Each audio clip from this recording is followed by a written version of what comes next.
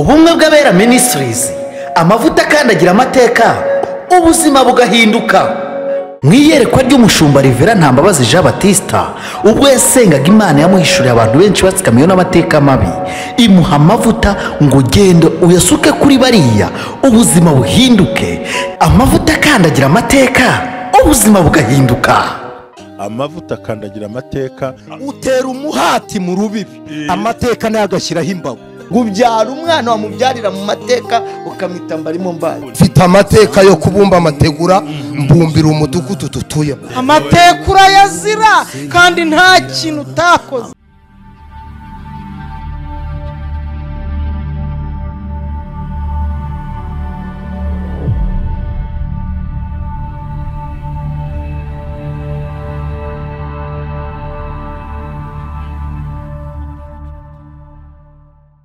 amahoro y'Imana, urukundo rw'Imana n'umugambi Imana no kubana n'Imana bize kuri mwese bakunda gukurikira umwe bw'abera ministries amavuta akandagira amateka, ubuzima bugahinduka kandi Imana igahindura byose mu buryo bwose mu nzira zose, maze data wa twese agukorera ibyiza wifuza mu kubaho kwawe. Ndashimira Imana kuri iyi munsi wa kane turi mu cyumweru cyo kurandura, kuvanaho, kwigizayo imbaraga zikurwanya. Aya ni amasengesho ugomba kubamo kubera ko naho wahungira ibikurwanya. Twaraganye babwira ibimenyetso byinshi, babwira ibikurikiyeho. Uyu munsi nabwo ndakomeje ku bindi bitavuzwe winjiramo kugira ngo wirebe ko ukeneye kuboneka, kubohoka no kwegera Imana kurutaho.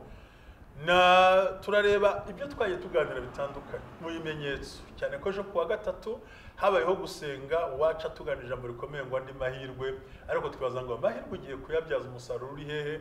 Dusanga ko hakeneye izindi mbaraga zakurengera, zatuma utabaruka ukagenda Imana ikugereza, kandi Imana iguhe umugisha mu izina rya Yesu Kristo w'i Nazareti. Ngira ngo dusenga Imana nta gutinda.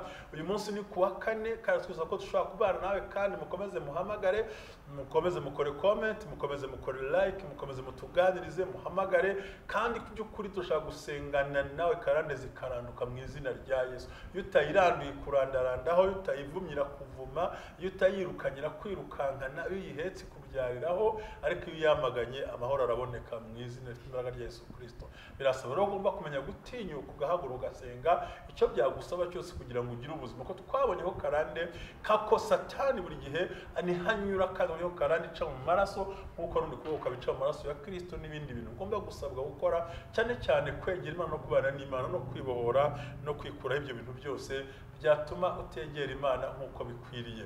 Nagira ngo rero ngusabe ikintu gikomeye, turi imbere y'Imana ishobora byose, mubwire ngo data wa twese arakuzi kandi aragukunda kandi ajya kugirira neza, kandi Imana ni Imana yawe. Ese koko abana bameze bate? Umutwara ameze ate? Wowe umeze ute? Ya business imeze ite? Rya duka rimeze rite? Bwa bucuruzi bumeze gute? Ya masomo agenda ate? Bwa bukwe bwagenze gute? Rwa rukundo rwagenze gute? Cya cyerekezo cyagenze gute? Aho wifuza kujya byabaye bite? Byagenze nk'uko ushaka? Niba atari byo ngo hariho karandi kuri inyuma, ariko reka nkubwize ukuri, hari imbaraga zo kunesha ko twarabiganiremo. Ndabwira ngo ubundi sobanura yuko inyuma n'uruhererekane, kandi buri gihe Imana nubwo ikureba as individual, ariko ikurebera muri family, ikurebera muri line ya family, ikurebera mu muryango wawe kuva kera kugera uyu munsi wa none, nk'uko nawe basokuru ba kera batagihari, ariko nawe uteganye ko nawe mu gihe kizaza nge nawe tuzi igisekuru cy'abandi bantu. Dusize iki? Dukoze iki? Tubigeneje gute? Aho karandi kugeze ibyo ushakuraga bawe, aho ugeze uhangayitse niho ushaka kuguma, kuki utakumva ko wabyuka? Ibi gusaba iki ko nta zindi mbaraga? Si ukumenya no gusenga no kwambara imbaraga ukabitsinda, ugahamagara tukagusengera. Yashaka nunahamagare nibura, hamagara undi mushumba ushaka, hamagara undi muhanuzi ushaka, ariko nakugira inama y'umushumba agufashe gusenga kandi ijya kubwira ubikuri, kuko ukwiye kubohoka. Ni wowe uzi agahinda ufite, ni wowe uzi intambara ufite, ni wowe uzi ibibazo ufite, ni wowe uzi amarira ufite, ni wowe uzi ibyakubayeho, ni wowe uzi urwego uhagazemo, ni wowe uriyo werekeza, ni wowe wenyine wumva igikomere, wumva agahinda, wumva intambara, wumva ingorane, ariko still bikubaza ubuzima bwe. Uyu munsi wo kuwa kane rero wo kurandura karande ishingiye ku bukene, ishingiye ku gihombo, ishingiye ku madeni, ishingiye kuri za cyamunara, kuburamuzwa mu buryo bwa business, business kora buzima mu buryo bw'ibintu ukora urasabwa ko dusenya iki kintu cyo kubangika muri famiye ibibazo bikavuka ugasanga nta murage mwiza na muke musize kandi mwamba kuwusiga rero ni byiza ko Imana ikora ibintu kandi ikabikora mu buryo budasanzwe Imana ibaho umugisha turiho ku munsi wa kane uyu munsi kandi twameje gusenga Imana turagushimiye twese uhoraho turagushimiye kuri Imana y'amahoro turagushimiye ko dukunda turagushimiye ko ibitangaza turagushimiye ko ujya wiyerekana turagushimiye ko uri umunyamahoro turagushimiye ko uri umunyembaraga turagushimiye ko ujya urema turagushimiye ko ujya uvuga bigakunda turagushimiye ko uri ibitangaza turagushimiye ko uri Imana ikora byose kandi neza kandi ahantu hose turagushimiye ko uri umukiza w'ukuri kandi uri umwami w'imbaraga ukora ibitangaza turasenya imbaraga za kane turasenya imbaraga z'imyuka mibi turakubita hasi ibihome turarimbura turarandura turavuma turatwika kandi turakubita hasi ikintu cyose cyakwigaragaza nk'ishaka guhemuka ko tuzi ko turi abana mwami ndasabye gukora ibitangaza kandi ukore neza kubwa Yesu Kristo umwami wacu amen Imana rebaho umugisha mu bimenyetso bindi byerekana ko ukwiye gusaba kubohoka no gutabarwa ni ikintu cyitwa kubura umugisha ubukene n'ibindi bituma utabasha kugira umusaruro ugeraho iyo usomye ijambo rigaragara mu bice mu gitabo cyo gutegeka kwa 2 bice 27 haravuga ngo hazavumwa ikibo uvugiramo naho ubika ibyo ukora ibi bintu rero iyo muri karande harimo uzasanga buri gihe ugotwa n'umwijima twa nijuru komeye magambo bigoye gutera imbere nta nzu nta buzima ndetse ugasanga buri gihe ufite imbaraga zikujugunya hanze ziguta cyangwa zikujugunya zikurimuvinga ndetse n'icyo wifuza kugeraho ugasanga kiragucitse kuko hariho karande kuri inyuma no kuvuga ngo aho waba uri hose n'ibyo waba ukora uragoswe mu buryo buremereye kandi uragoswe mu buryo buteye ubwoba bigusaba yuko hariho imbaraga zagombye kuba mu ruhande rwawe maze Imana ikagutabara mu buryo bwiza kandi mu buryo bukomeye wo gushyigikira mu izina rya Yesu rero uyu muvumo cyangwa iyi karande cyane cyane ibibangamiye icyo twita uburyo bw'amafaranga ni umuvumo ku mafaranga kutayatunga kuyibwa kutishyurwa kugira gute gutakaza uburyo ni ikintu kijyanye ku mafaranga bituma kandi n'ibyo kubaho no gutera imbere n'ubuzima nabyo bishobora kubura kuko deja umuvumo winjiye mu buzima bwawe ukuvuga ngo nta gishobora gusarura nta gishobora kwiyongeraho nta gishobora kubonaho mu iterambere kuko icyo ugiye gukora cyose usanga n'ubundi wasubiye inyuma ibi bintu bisaba ko noneho wa mugisha wawe bisa nkaho buziritswe umutungo wawe by'amafaranga mbega ahantu hose haba amafaranga hose ugasanga haraziritswe ariko nanavemo ugasanga nabwo hari n'umugozi ugiye kuyazira ugasanga n'ubundi kudakora ntacyo byakumariye gusa uratonda urakora ariko nta mugisha n'uyu wigeze wakira ngo ushyire mu biganza byawe bityo rero bigatuma wisanga mu kababaro kandi katakabaye Imana ikugira neza cyane no kuvuga ngo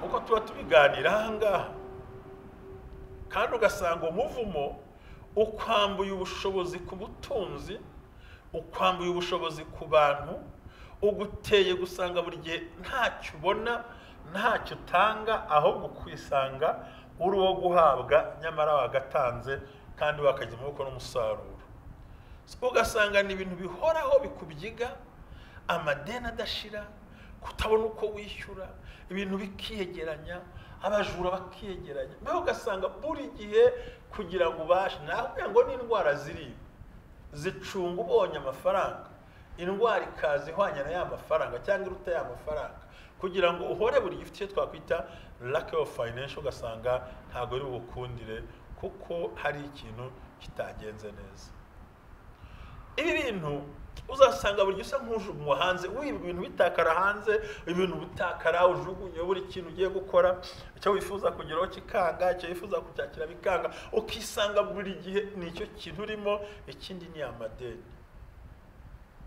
abantu benshi nanjye ndimo n'abandi uzumva twabaye imbohe z'amadeni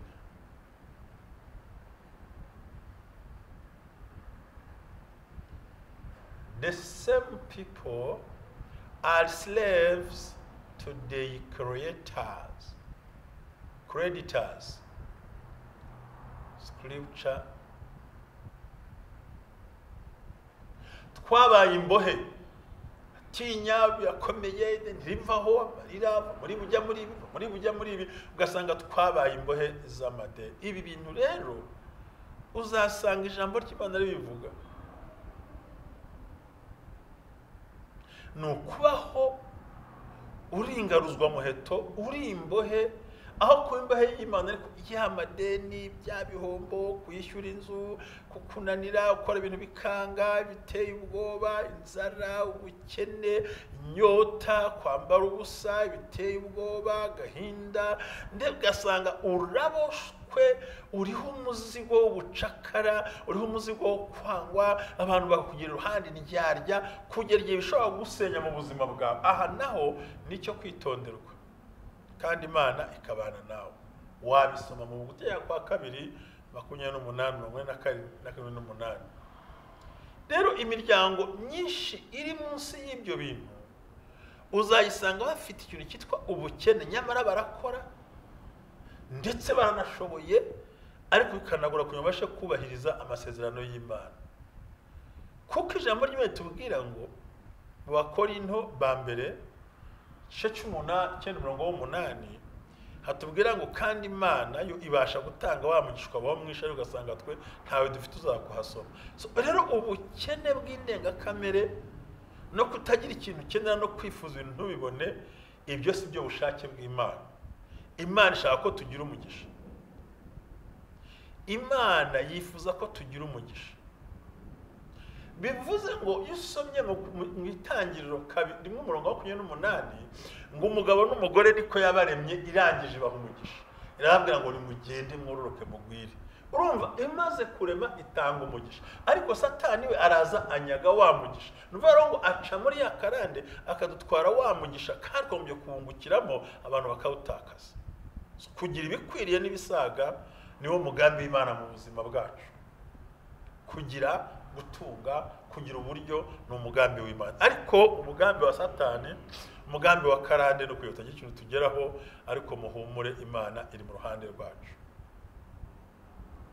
Umuntu rero munsi y'ubwo butware bwa karande uzasanga buri gihe atsikamiwe, yaratakaje igihe, yarabuze iterambere kubera amadeni menshi yamubereye umuzigo ku mutwe, akabura iyo yerekera. Amadeni menshi ku bantu benshi, ibyo rero bigasanga umuntu ahindutse umuka kugira ngo ntazapfa ageze ku bukire, ahubwo uzasanga buri gihe yisanga mu kimwaro, guseba no kubura ikintu abasha kugeraho.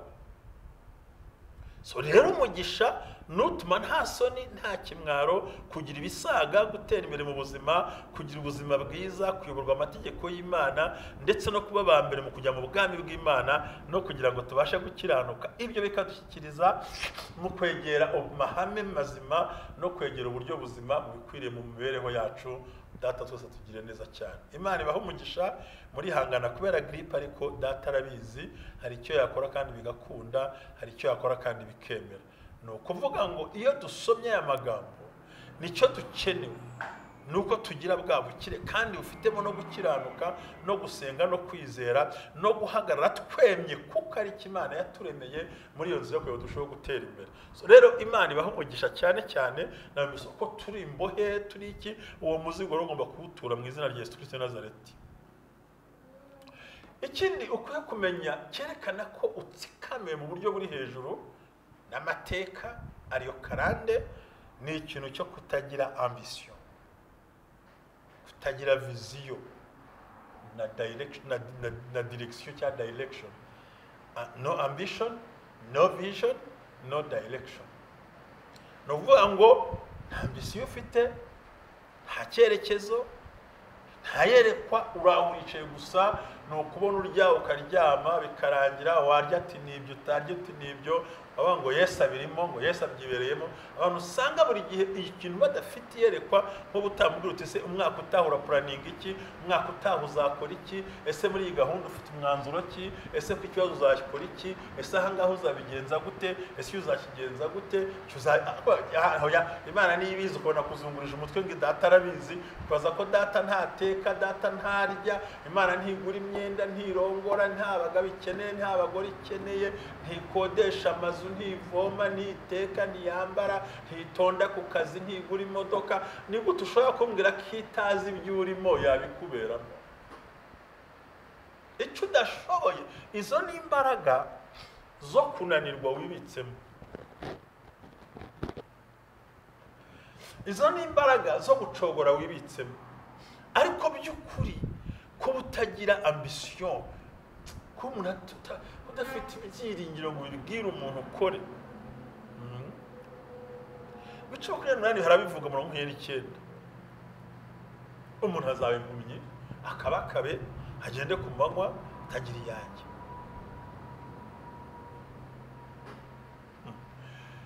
ese wari wahura n'abantu batagira icyo twita internal vision kuva wabaho cyangwa yawe cyangwa agiye ntabwo urahura n'umuntu utagira iyerekwa muri we imbere ry'ubuzima bwe nje nigeze guhura nabo so I have met those that have no internal vision for their lives kugira ngo basetinge gutsinda igitego uzasanga babaye bored kandi bavuga ko bidashobora gushoboka bakubwire ko nibyaza ari bisanzwe Imana irahari izabyikorera niko bimera nta kazi ntako nzasaba nagasabye ntibakabonye sinzacuruza harira Imana hakuza Imana habyara Imana hategeka Imana yebe badata wa twese amazina nkayo ngayo sinzi kiramuka abo ngabo baraha imbere ngo nzabona bucya ndabona bucya nyirambona bucya nzitakuze nta ntuka amazina nta ugasanga ni abantu bamaze kuba bored ku buryo usanga muri we no ambition no vision and no direction ibyo nabyo ni ikimenyetso umugore ufite umugabo umeze gutyo utagira ambition utagira vision utagira direction wa mugore wahuye n'akaga shakisha ukuntu wirwanaho no gukosora ibyo bintu umugabo ufite umugore udafite ibyo bintu tumubwiye ni ukuri uyu ikarande rero ikunze gusenya abantu bateye batyo kuko buri gihe usanga ntabatagira intego aimless n'abantu batagira intego mu buzima n'abantu batagira ambition zikomeye mu buzima n'abantu batazi gufata ibyemezo nubwo haba mu ngorane data ntabwo ashobora gufata umwanzuro uzamubwira ngo amashuri nize ntiyanjyanaho ariko agasabiriza ukora cyangwa agasaba ukora ibyo bintu yanze gukora tubamubwira ngo ukora ibintu ntiyagukunda kuko nta nzozi afite nta yerekwa afite nta bitekerezo bizima afite ndetse ntazi gukora na difference burya ambition is a strong desire to make a difference with our life nzozi kwerekwa ufite igitekerezo ko ufite inspiration uvuga uti ndashaka gutsinda ndashaka kugera ahangaha nzakora ibi nzabigenza gutya nzabikugenza gutya ariko kuko ufite karande ikuri imbere kiziriko kikuziritse cya ropes kigoze kiziritse amaguru yawe gihambire amaguru yawe ntabwo ushobora kumenya ngo uratera imbere mu buryo ahubwo urasinziriye uraryamye aho tiwamenye ikwiye kuba muri ubwo buzima rero abantu bameze munsi y'uwo karande n'abantu ba careless nuvuga ngo ikintu cyose bumva kizakorwa ejo dukora iki naheje tugire gutya naheje tugire gutya naheje turirimbe naheje tubigenze gutya Imana ibyibereyemo tugire gutya naheje kandi bihora rejo abo bantu uzabasanga decision ntazatermina ngo ndagikora uyu munsi wa none ahubwo usanga buri gihe those under discusses careless about tomorrow ntacyo hejuru bamubwiye yumva ari ibyejo nta mpamvu kandi bari byaririmbye ngo my tomorrow must greater than today ejo hanjye hazaba heza kuruta uyu munsi wa none. Ariko kubera iki? Hariho misiyo, hariho viziyo, hariho igitekerezo, hari umugambi ufite wo gukorera Imana. Imana ikugiriye neza.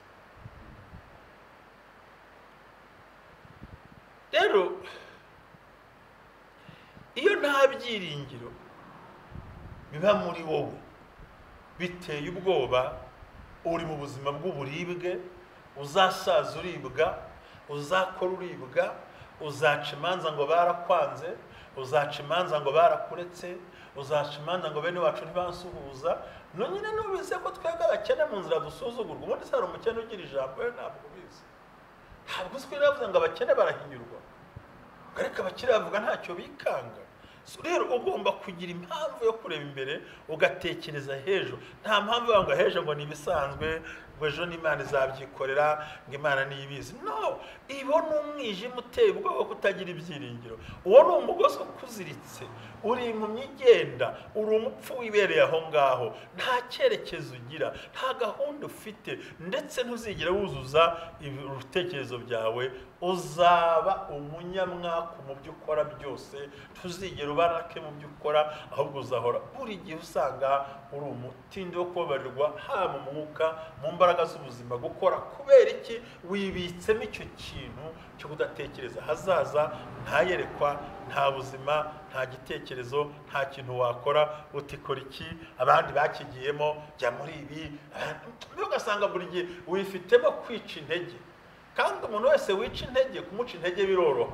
Ariko iyo baguca intege ukomeye ngo uti wamutuze, ndabizi kandi nzabikora. Iyo abana b'abahanuzi baza gusanga Elisa ari umunyantege nke, ntabwo yarabonye wa mugabane. Ariko kubera ko Elisa yari umugabo uri strong, yabwiye ngo numuceceke, ndabizi.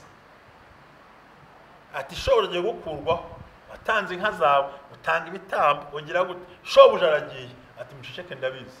Yagera imbere ati sigara hano Uwiteka ntumyara, ati ndaye Uwiteka ntabwo uri busige, kugira ngo amwemere ya migabane akayimuhereza.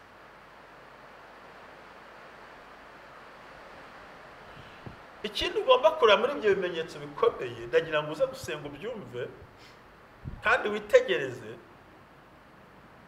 ni uburetwa budashira.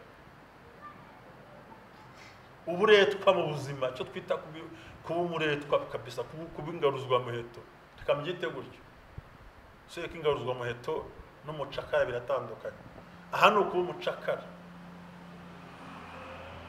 Ugasanga urayoborwa n'abantu bakuri hejuru, aho wakabaye umutwe kuri we, ahubwo uri umucakara wabo. Uricishwa aha, nyuzwa aha, hinguka aha, bahindukira gutya, hamwe umuntu aguhindura nk'aho utagira n'ibitekerezo. Ngira ngo icyaba yabuze no kujyana kuri toilette gakwerekeye uko babigenda. Ariko uricishwa aha, urinyuzwa aha, urinyura aha, hindukira hano, reba hano. Uyu muvumo rero ugomba kuva yikarandi gasohoka muri wowe, ukagira za mbaraga. So rero iyo watakaje ubwiyumve, cyangwa iyo watakaje icyo nakwenguka Imana ya Aburahamu, kuba watakaje uburenganzira bwawe ku giti cyawe cyangwa amahoro ku giti cy'umuntu, icyo gihe nta kindi bizana. Nta burenganzira, watakaje uburenganzira, watakaje freedom. Nuvuga ngo birakorohera cyane kundi muntu wese akugenzura, akakukora uko ashaka, akakujyana aho ashaka, agatakaza identity yawe, akajugunya uriwe, ku buryo ushobora kwisanga muri quartier bakwita utari we, muri famille bakwita utari we, bakushyiraho ibyaha bitakuriho. Kubera iki? Ntabwo ufite individualism. Ntabwo ufite individualism ya liberté, cyangwa yo kuba uri umuntu wigenzura uko ushaka. Aba bantu rero baragukontorora, bakoresha uko bashaka kugira ngo utakaze your identity, utakaze uriwe, utakaze icyo uri cyo, utakaze icyo ushoboye, utakaze n'icyo uzageraho, utakaze n'urwego rwiza rwo kuba rumwe n'Imana kandi bitakabaye.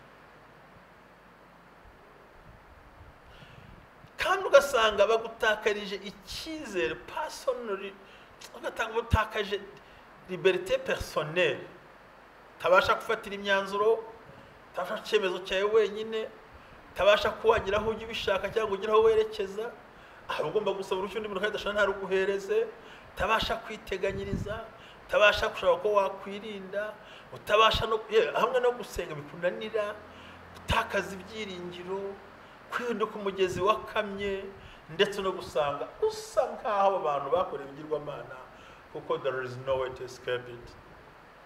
Hanze iri hari yo gucika ibyo bintu. Ibyo rero bigatuma buri gihe uziritse cya kiziriko, ugasanga ntacyo ubasha gukora, ntacyo ubasha kwegera, gushima, ahubwo namarira, nagahinda, namaganya. Ibyo nabyo ni imwe mu bimenyetso byerekana ko uriho imbaraga za karande. Hamwe wumva, reka bivuge, maze nkore gatambaro, gripe iracyari yose, ariko nta kundi zakira, inhinzeho nicyo gihe ari kuzakira.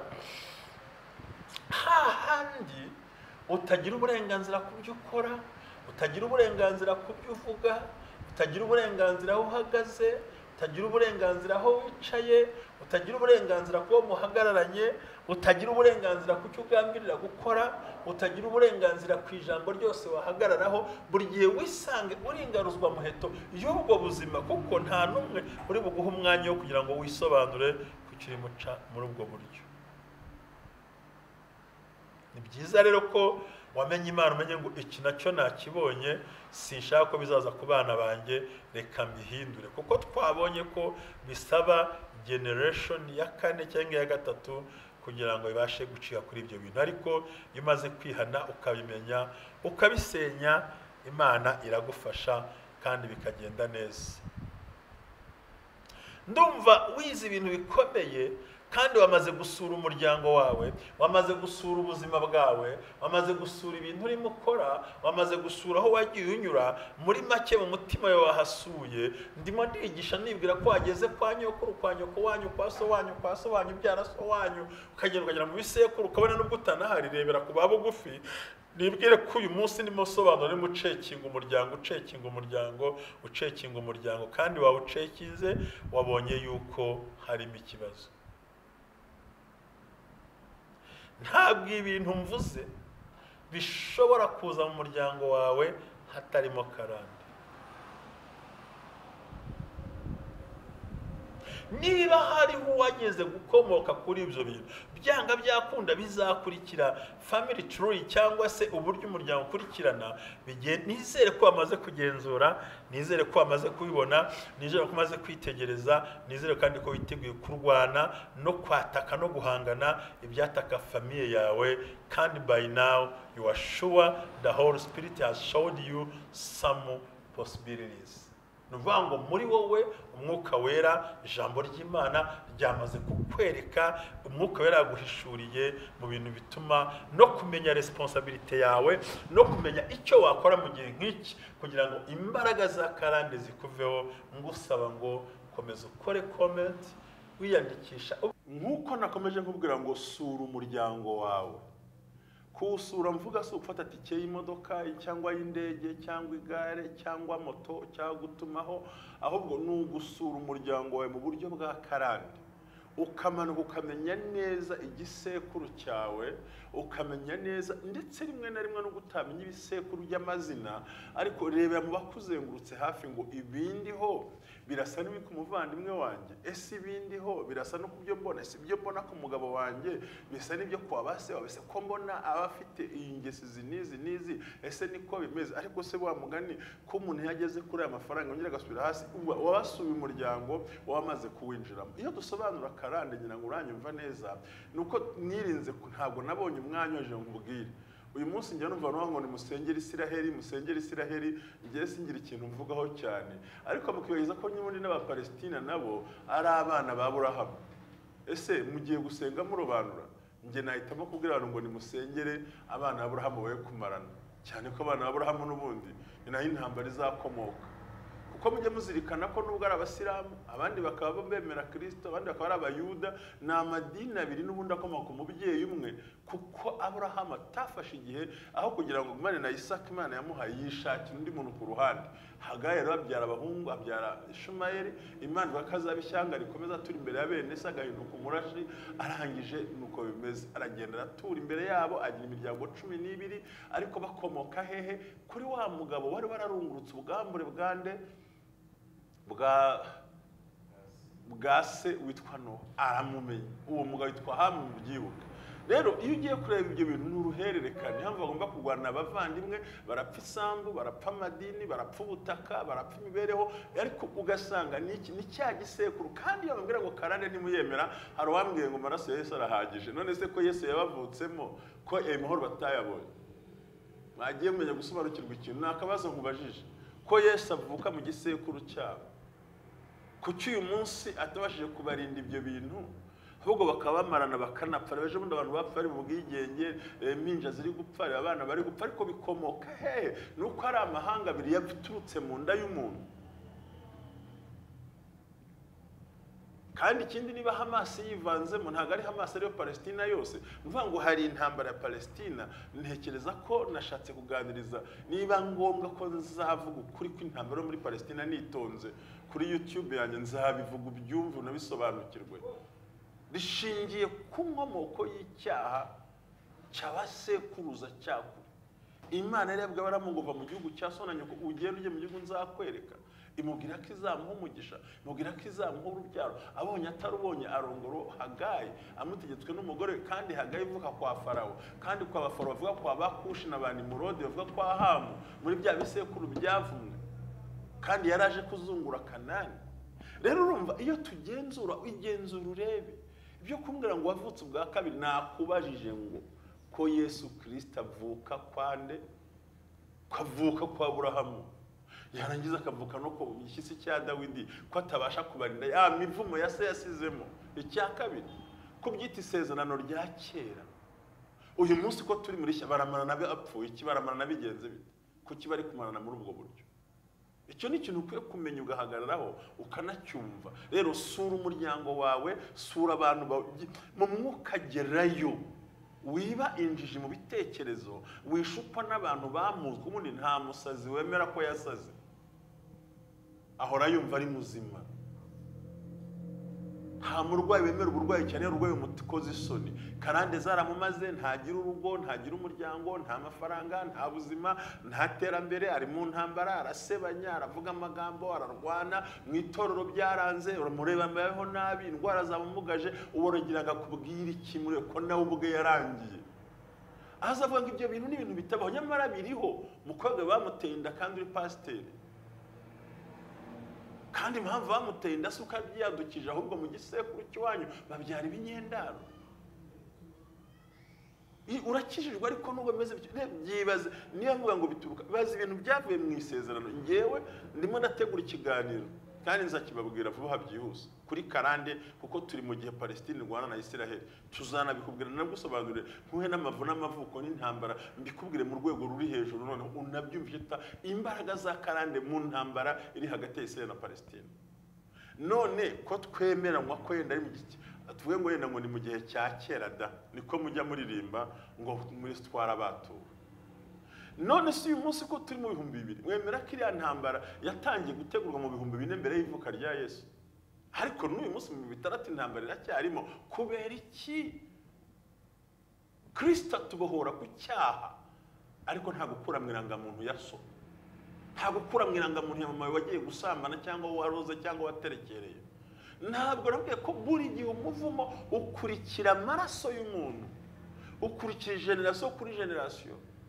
Hangava mu bwicanyi busambanyi n'ibinyobwenge byoganye n'ibindi bikomeye ibyo bikagenda bihererekana bizamuka. Kuki utakumva ko ibyo bintu bihari? Kuki utatekereza ibyo ngo byumve neza bishyira mu mutwe wawe? Data wa twese akugiriye neza. Numva ashaka ko dusoza irisengesho nayo nkumvisha ko ni uruhererekane sura wirangara menya ibi bimbaho kubera iki kuki ndiho gutya kuki mvunika gutya kuki ndimo ntambwe gutya kuki ngowe gutya kuki imeze bitya ni iki nakora kugira ngo bigende neza. kubera iki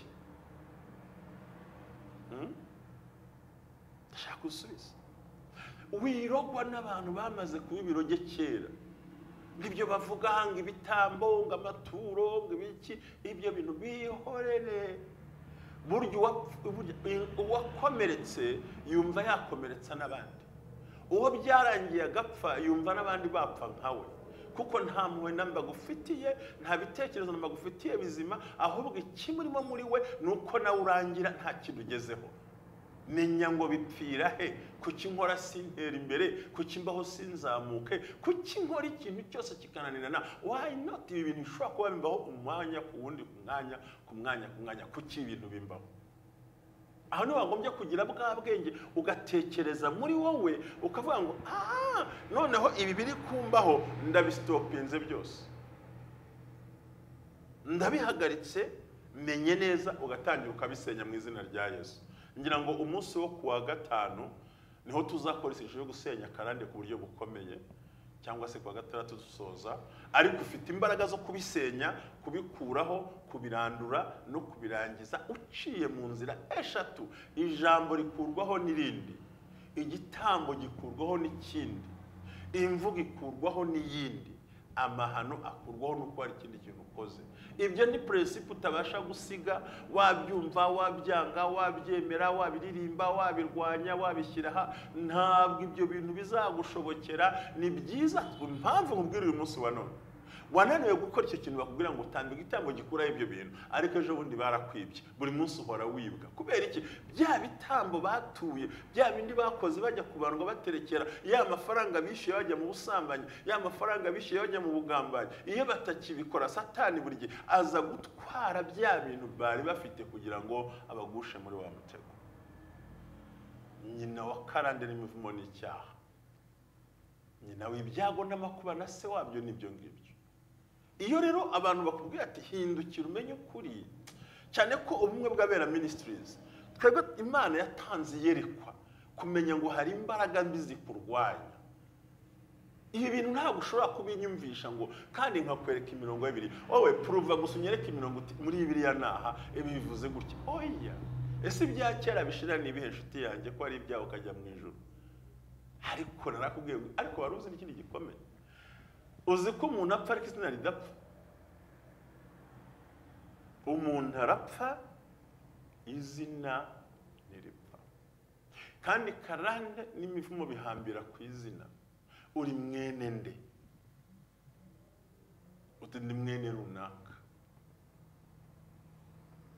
nubwo utamuzi wowe uri mwene nde wowe ukavuga izina rye we ni mwene nde nicyo bita ngo ni igiti cya generation uwo nguwo utabashije kuvuga wakubyaye akaba mwene se uwo wabyaye ukomokaho we ni mwene nde we ni mwene nde we ni mwene nde kubera documentation muri Afurika ari nke cyane bituma tutabasha kumenya ibisekuru byacu aho dukomoka ariko ugiye kujya muri racine principale ukajya kumuzi hasi ukareba wasanga uwashatse abagore bake ari umwe watandukanye n'abagabo ari banga ukamenya ngo ndava rero twe ntabwo tujye gucukumbura ngo tujye mu butaka hasi turebe ahubwo turareba ibituriho bimeze bite naguhaye signs ngo ibimenyetso ngo symptoms zerekana neza yuko uriho n'imbaraga mbi ziriya za autisme muririmba ngo ntizikira umwijima ibifwara amasinozite ibyo byose uvuga bifite aho bigarukira so ni byiza rero ko dusenya izo mbaraga mbi tukazikubita hasi Imana ikumpera umugisha wakira amavuta y'Imana ndagira ngo uvuge amagambo nk'abiri gusa yonyine uvuge ngo Mana